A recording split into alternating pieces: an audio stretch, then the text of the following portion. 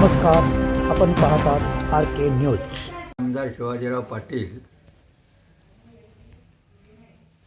हा माझा मुलगा म्हणून मी त्यांना निवडणुकीत पाठिंबा देण्याचा निर्णय घेतला आणि तो सुद्धा चाळोबाची अंगारा शिवून शपथ घेतली आणि त्यांना पाठिंबा दिला.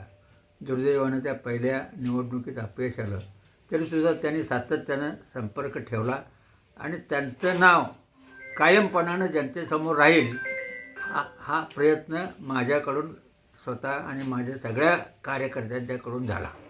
आणि म्हणून ह्या गेल्या निवडणुकीत कदाचित पैसाही खर्च झाला असेल, पण लोकांनी प्रचंड मतानं विजयी करण्याचा निर्णय घेतला आणि ते विजयी झाले. माझी अपेक्षा आता एकच आहे, त्यांना त्या महाराष्ट्राच्या मंत्रिमंडळात मंत्री म्हणून पाहायची इच्छा आहे. ते मी उद्या माझ्या घरातला आमदारच व्हावा, माझ्या घरातला आमदार असावा ह्या इच्छेनं कधी मी आलेलो नाही. ह्या सर्वसामान्य माणसाची, गोरगरीब माणसाची सेवा करणं हा माझा एक धर्म आहे आणि त्या धर्माप्रमाणे मी काम करण्याचा प्रयत्न करतो आहे आजही. म्हणून मी त्या क्षणाची वाट बघतो.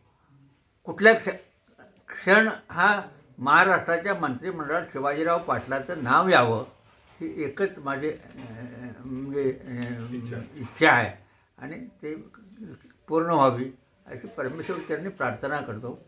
ह्याच्यापेक्षा अधिक मला काय सांगता येणार नाही.